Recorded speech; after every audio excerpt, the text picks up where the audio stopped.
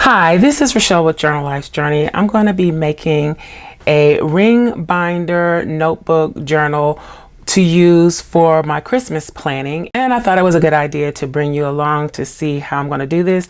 This is basically an experiment. I've never installed a ring mechanism before. This is the mechanism. I have the things, the screws or whatever, to attach it to the binder.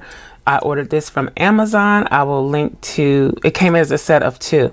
I will link to it in the description box below. I'm also going to be using some heat bond. This is the light. I don't remember why I chose light. It may have been what was available at the time. I'm pretty sure I got this from Walmart. It comes in a roll. So I've already trimmed down my heat bond. That's what this is. So it's got like an adhesive on this side that is exposed, and you iron it on to your surface. Then you can peel the other side off. It's also an adhesive, and so you can basically sandwich things together with the heat bond. I have also cut down a piece of Craftex. Craftex is somewhat of a cross between paper and fabric, so it doesn't tear, at least not easily. You can actually put this in the washing machine. People have used it to make tote bags, planner covers, anything you want. I'm going to use this as my base instead of using like a piece of chipboard. I wanted something that was flexible like this, but sturdy, that would hold up. If you don't have the Craftex, you can also use maybe poster board, something like that. The Craftex will crease, but it won't stay creased if you don't want it to stay creased. So that's another thing I liked about the Craftex. I want my spine to be more rounded, so I wanted something that was going to be flexible. I'm going to also be using this piece of Buffalo Plaid fabric. It is a cotton fabric, I'm pretty sure, and I'm going to use this to cover the Craftex. The heat bond will be in between. I'm going to have to iron these on, so I'm going to go ahead and put this together. Again, the craft, basically, so this is what's going to happen. I'm going to iron this onto my Craftex, and then I'm going to peel the backing off and iron the Buffalo Plaid on top of that. Before I do iron the Buffalo Plaid on, I will come back and round the corners of my Craftex. So for the first step, I'm going to put the heating bond on the Craftex. Okay, so I am back. I've ironed on the heating bond. I didn't do that great of a job with it, but it is on there. It's already trying to come off the backing part. So I'm going to round these corners. I'm just going to do a 1/4 inch round on the Craftex, and hopefully I'm getting the Craftex and not the heating bond backing interfering with my corner. Okay, so next I'm going to remove this backing.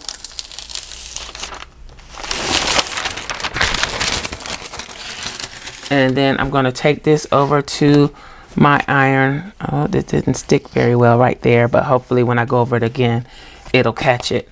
I'm going to go to the iron and iron my Buffalo Plaid onto my Craftex. Okay, so I've ironed the fabric on. I also went ahead and started ironing the borders over so that they would lay. I haven't decided how I'm going to do the inside exactly yet. Normally what I would do, I would just cover it with cardstock, but I don't think I want to do that this time. I'm thinking I'm going to use another piece of fabric and probably another piece of heat bond to adhere it. I'm trying to also do this without using the sewing machine. Not my favorite thing to do. I have a really old sewing machine. I have a brand new sewing machine that's still in the box, but I don't want to deal with either one of them right now. So I'm going to open this up. This is a fat quarter from Walmart. I had it for a while. I think like at the beginning of the season.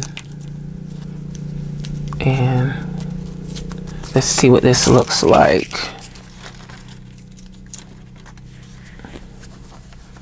And I think this is the one I'm going to want to use because it's more of the same weight as the Buffalo Plaid fabric. And it's pretty much already a good size. Let's see, I'm going to use this end.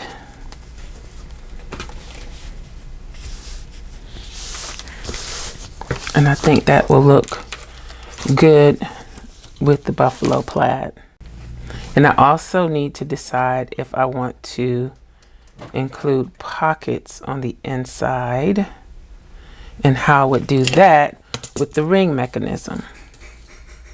I think maybe I'm just going to keep it simple and not worry about pockets. If I do pockets, then I could always cover the pocket with fabric and use fabric to adhere it to the inside cover. I also need to consider closure.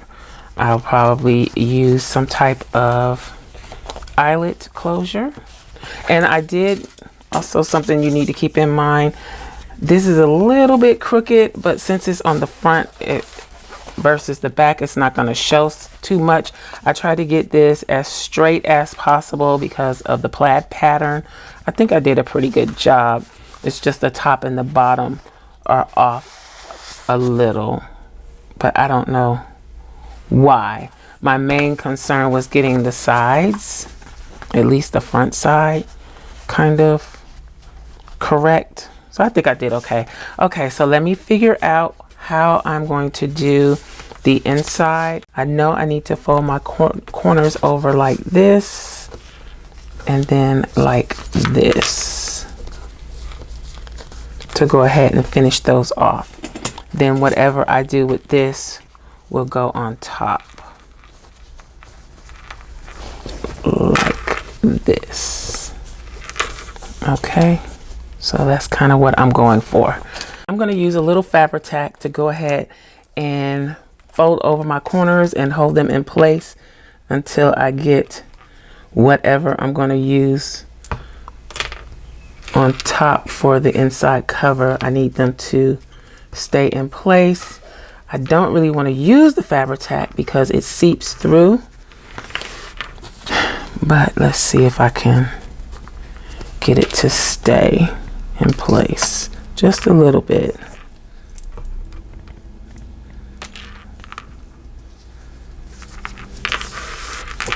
Then I'm just going to use a paper clip to hold it there while it dries.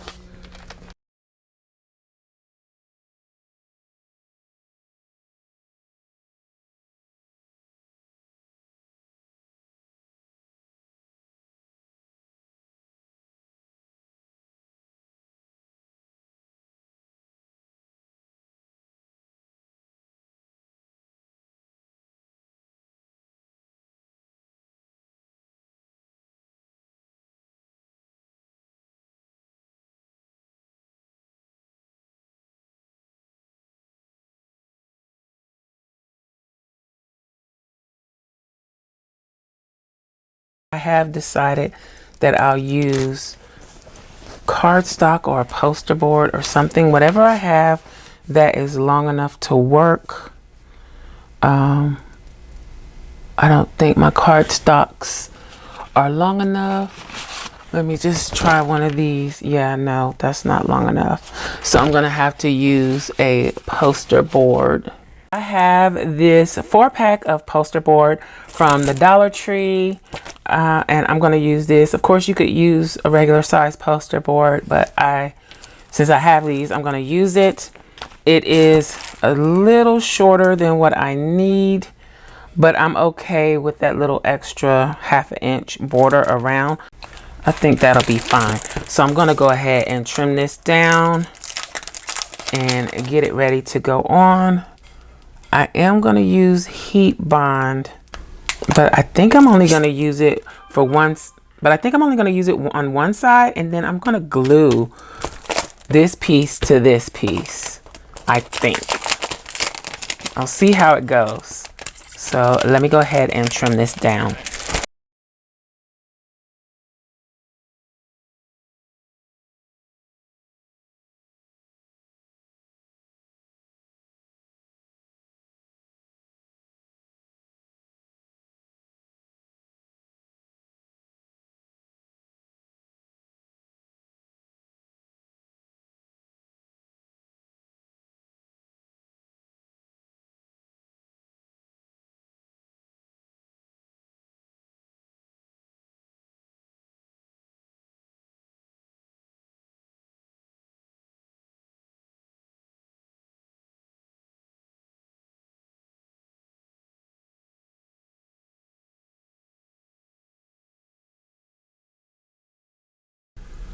Okay, so I got everything trimmed down mostly, and I'm gonna go ahead and go to the iron on my piece. This isn't it, that's my scrap piece. This is my good piece. I'm gonna iron this on again with the heat bond, making the sandwich of the two. So it'll go like this: fabric, heat bond, poster board. Adding the heat bond to the poster board first, peeling off the backing, then adding the fabric. I'll be back. Okay, so I have ironed it on, and now I'm deciding if, I don't think I did a good job with the iron on this time though, but I need to figure out what I'm going to do about the corners, because I don't want to do them like this, because I don't want to end up with a lot of bulk on the corners. And I think I can take these paper clips off now. So, oops. I think, so instead, I think I'm going to do it like we do when doing the paper journals and covers, and trim it off. I hope I'm not making a mistake by doing this, but I'm gonna leave quite a bit, like maybe 1/4 of an inch gap, so that I can still kind of fold that over and the corner won't be exposed, but it won't be a whole lot of fabric there in the way and be bulky, because all those layers of fabric up against these layers of fabric, I think would just be too much. So let's see how it goes. And I think I'm going to trim off some of these ends as well.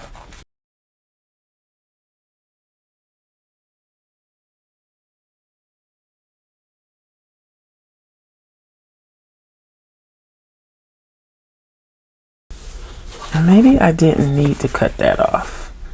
I'm really hesitant about cutting off excess because I feel like it's going to provide a little more stability. So I don't really want to cut it off.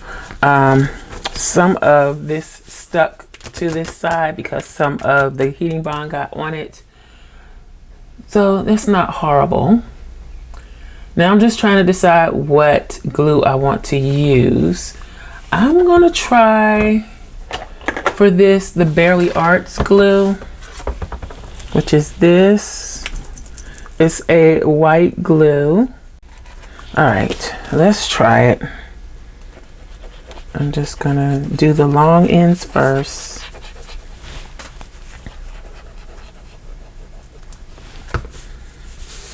And I probably should spread that out, maybe, I don't know.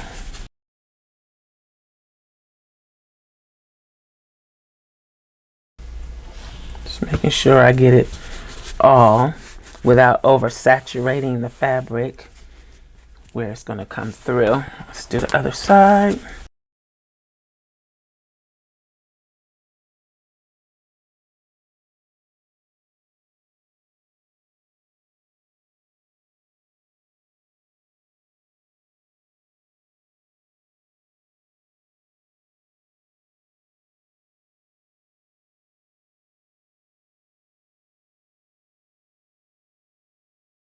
So Fabri-Tac is a fabric glue, but I just don't like to use it with fabric too much because it does seep through. I don't see how that's a good thing.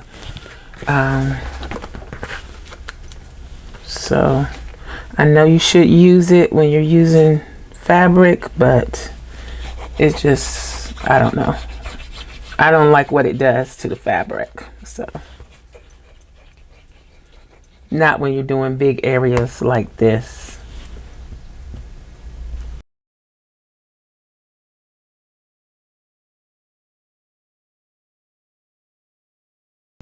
Put a little more glue here.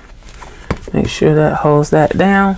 Now what I will do, because it won't seep through, is use the Fabri-Tac to adhere the inside to the outside.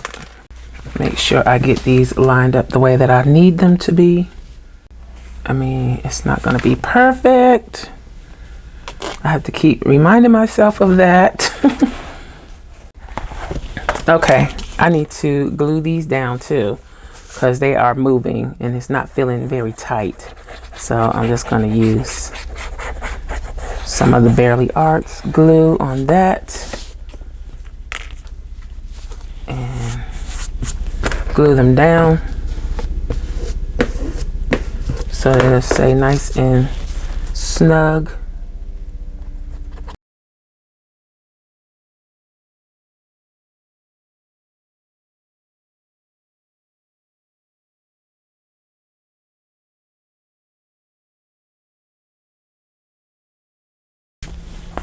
This is the top, and then this is going to go in here like so. Now let's line this up again, get it right.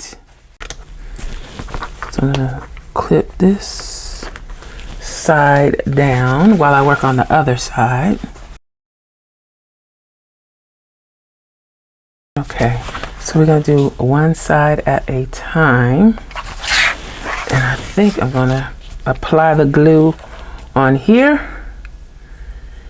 I hope this works. I'm going to apply the glue to the inside panel because it's slightly smaller than the outside, and let's see how it goes. And I could actually sew around this, but like I said, I want to leave the sewing machine out of this for now. So let's see how it goes.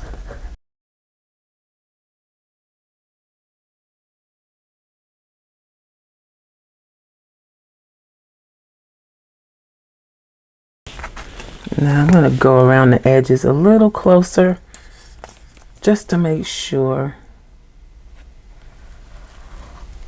I don't want it seeping out, but I just want to make sure. Yep, see that seeped out a little bit. I don't want that happening.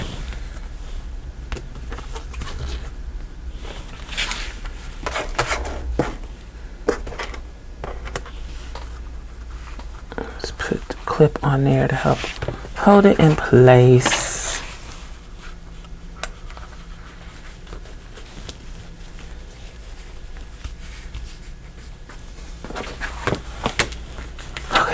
Come on this side and glue it down.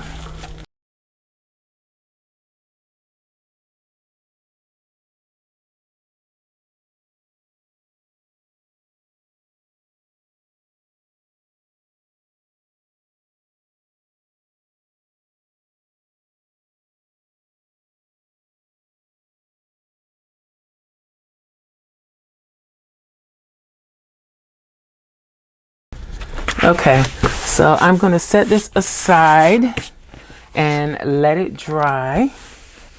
And I guess the next step will be to add the ring mechanism on the inside. So far, I am happy with that. As long as it holds, it will be great. I guess I could put a paper pad on top to make sure that it holds it flat. So that is it for this part. We'll be back to add the ring mechanism next. Okay, I am back. This is dry. It's dry, mostly flat. I accidentally curved this edge. I think I may need to add a little more glue on the corners, but I'm going to do that later. I want to go ahead and get this ring mechanism put on. So what I'm doing here is finding the center. So this is the center finder ruler, like the Tim Holtz ruler. So this is the middle. I use my cutting mat here to align it for the width, and then I'm finding the middle here. So, and this is a white gel pen so that I can mark the center here. So that's my center spot, and this, I guess, this little dent here is in the center. So I guess I will line that up with my center spot. All right, so let's see.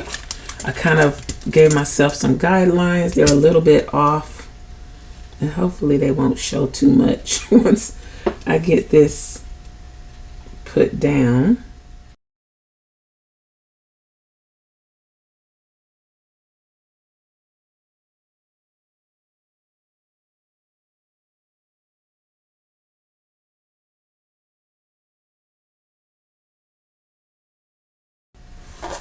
Okay, let me see.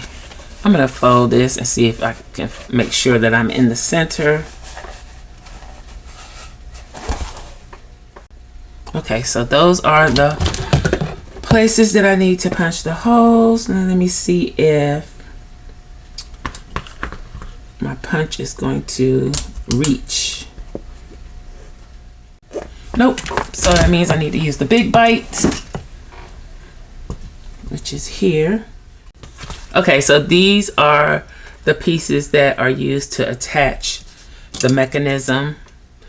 So, and one of them has a screw head and then the other one is flat. So I'm guessing that the flat one goes on the outside and the screw head piece goes on the inside. It didn't come with any directions. I think there is a video on Amazon. I'm not sure. I don't remember. But I'm not going to sweat it at the moment. I'm going to just go ahead and punch these holes.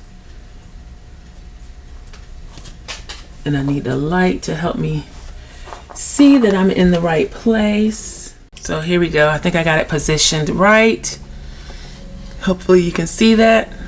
And I'm just going to go ahead and punch. Did it go through? Yes, it did. It's hard to tell because this is black, but it did go through. Now let me see if that hole is big enough. So this is the piece that goes from the back.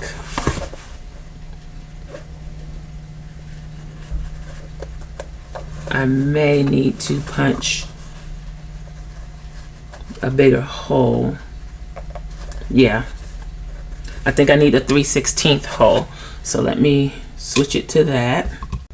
I hope I did that right. Okay, so I used the bigger hole. I hope I don't regret that. Okay. So there we go. This is what it's looking like. Let's put the mechanism in place. I don't know if there is a top or a bottom. I'm going to assume that there isn't. So this goes in the back. Yeah, I needed the bigger hole. Then this sits on there, I think. It's supposed to go through there. Uh-oh, why isn't it going through?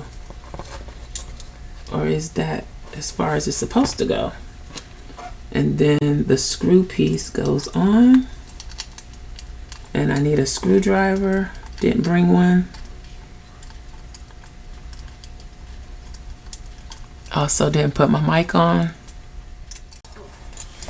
Okay, that's mostly in place. Now let's do this other one. So I'm just going to push it through the hole like that.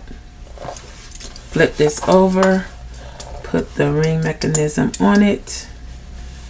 And take the screw and get it started just twisting it in.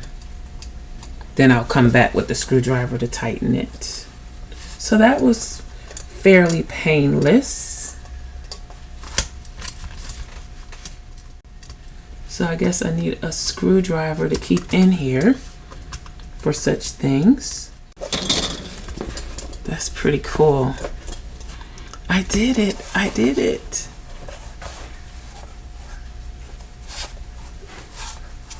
So I'm just kind of molding it around the ring mechanism.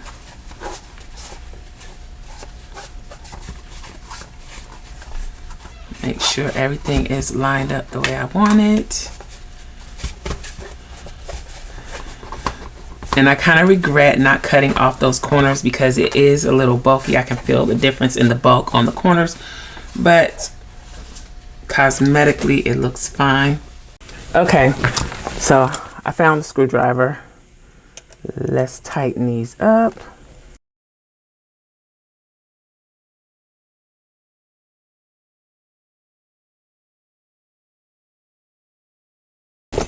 Okay, I'm gonna leave that alone. So that's what it's gonna look like. It's gonna take some time to break that in. I'm definitely gonna need a closure because it's so stiff. I'm gonna take something out of my planner. Let's see if there's anything in here that I don't need in here. Just a couple of pieces of paper, just to see. And maybe I'll take this out too, since it's A5 size. It's the actual A5 size. And see how it goes in here. Ooh, it's very hard to open. Okay. So there's the folder. And then, so this is A5 size, and then this is half letter. Both of those in there. That's how they fit. Have a little bit of room for tabs. So this is what kind of extra space we're working with on the sides. So I think that came out pretty good. Okay, I need to go ahead and do a closure. Unfortunately, I only have this one little piece of black ribbon left, and I want to use black ribbon for the closure, so I don't know what I'm going to do, but I am at least going to go ahead and put the eyelets in. So let's go ahead and do that. Gonna find the center here, and I'm gonna put the eyelet like right on the edge of where the black starts. I think that's a little far in, but because of the way I did the inside, it's not giving me much of a choice. So right about here is the center. Then do the same on the other side. So right about there. Now let's find some eyelets that match this. Oh, I have it out. I think I'm going to use these. They seem to be what I have that's close to the mechanism. And I know this needs to be set on A1. And I need to use the 3/16 inch punch. So let's see what we can get going on here. So let's go ahead and punch. I think I'm going to push that back a little bit more. Okay. That's a little far in, but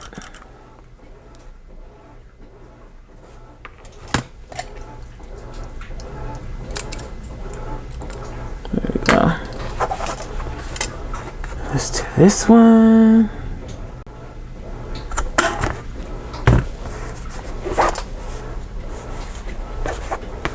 It's the front. This is the front. Yeah, that's I don't want to hit the floor. That is a little far over, but I think it's okay. And I didn't really have to do it that far over, but okay, let's do this.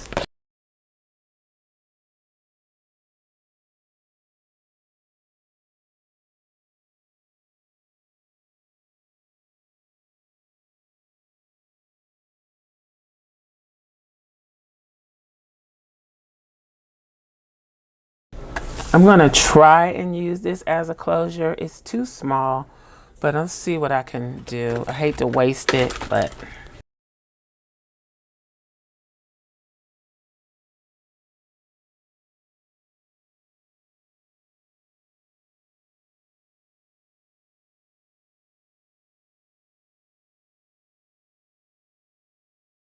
that is it. That is the DIY no-sew binder. This is going to be for my Christmas planner. I will be setting this up over on my other channel, SCRAPCRAFTASTIC.